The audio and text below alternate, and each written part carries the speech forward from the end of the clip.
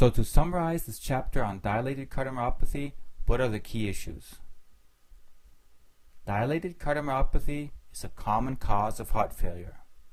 It is a primary myocardial disease which affects the left ventricle but also the right ventricle, which causes dilatation of the left ventricle with a reduction in left ventricular function. Often we find elevated filling pressures with a dilatation of the left atrium, and ultimately we will find pulmonary hypertension. There are large regional variations as to the cause of dilated cardiomyopathy.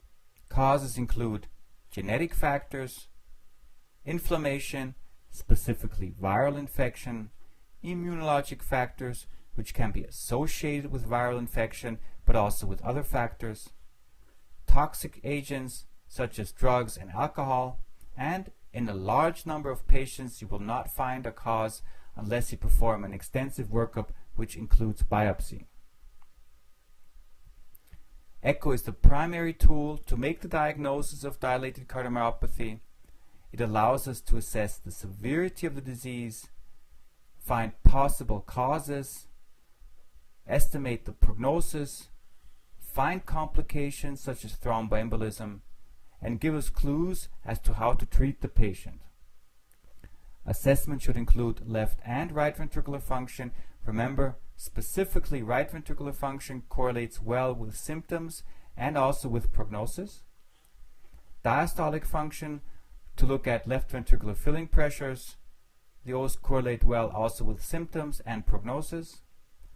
Mitral regurgitation, remember MR is detrimental to the left ventricle, and the presence of MR reduces the prognosis and the survival of the patients.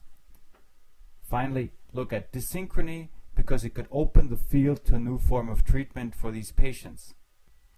Be aware of specific forms of cardiomyopathy, for example, ischemic cardiomyopathy, which looks very similar to dilated cardiomyopathy in the end stages of the disease, but which is not a primary myocardial disease.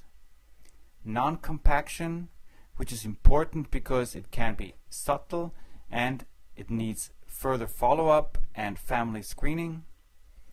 Peripartal cardiomyopathy, which occurs during pregnancy.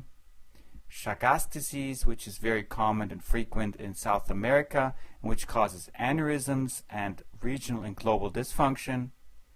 And tachycardia, as well as arrhythmia-mediated cardiomyopathies, which are reversible.